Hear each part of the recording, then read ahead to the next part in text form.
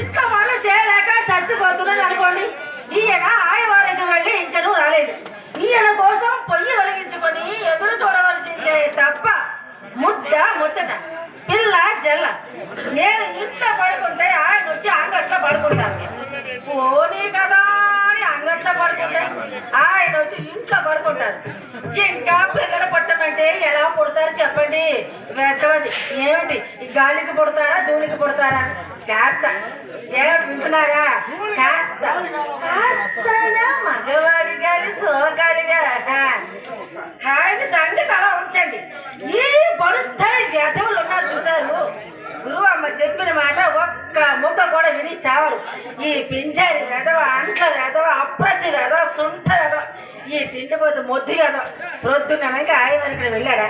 ఎంతవరకు రాలేదు. ఎక్కడ చచ్చాడో ఏమిటో. ఒరే నాయన కేశవా, ఎక్కడ లేకపోతే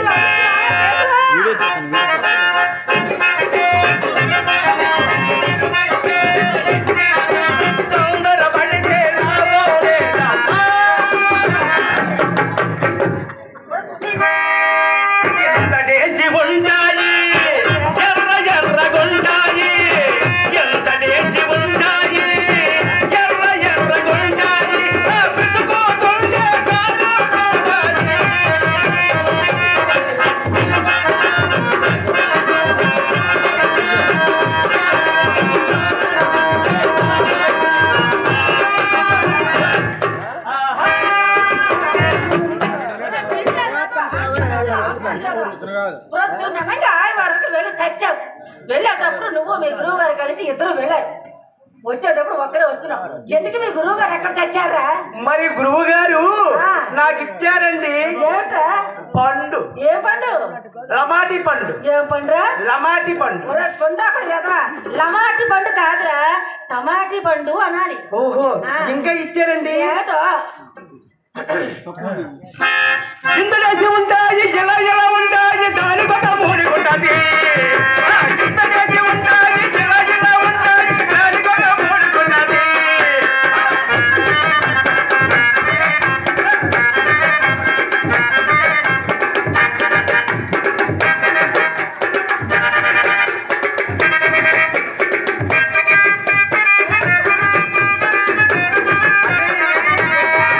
ఇలా ఉంటది కదండి, దానికి ఒకటి ఉంటదండి. ఏమిట్రా? వంకాయ? ఓ వంకాయలా? మరి ఇంకా తీసుకొచ్చాను ఆయన ఆశలు ఉంచానండి. మరి గురువు గారు ఉన్నారు కదండి. అవునరా? గురువు గారు అక్కడికి వెళ్ళారండి. ఎక్కడికి రా? అక్కడికి. ఒరే పింఛాడు కదా, సరిగా చెప్పు చాలు. ఎక్కడికి వెళ్ళారు? ఏమిటి అలా చూస్తున్నా? సరే అతవా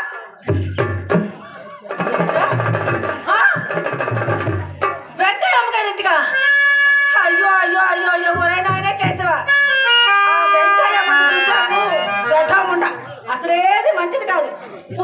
పోయి దానికి ఎందుకు వెళ్ళాలా? మరేనండి, గురువు గారు అక్కడికి వెళ్ళి తలుపులు వేసేసి, ఎందుకురా? ఎందుకు వేసుకున్నా? మంచం వేసేసి, మంచమా నాయన? కూర్చొని కిరు కిరు కిరు కిరు అది అంటుందండి మంచం. మరి మీ పురాణ పుస్తకము తిరిగిపోయింది.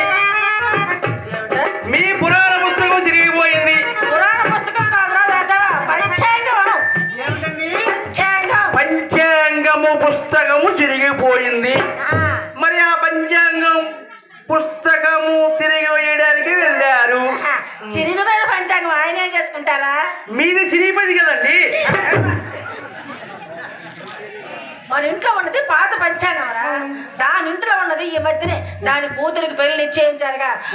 పంతులు గారు మీరు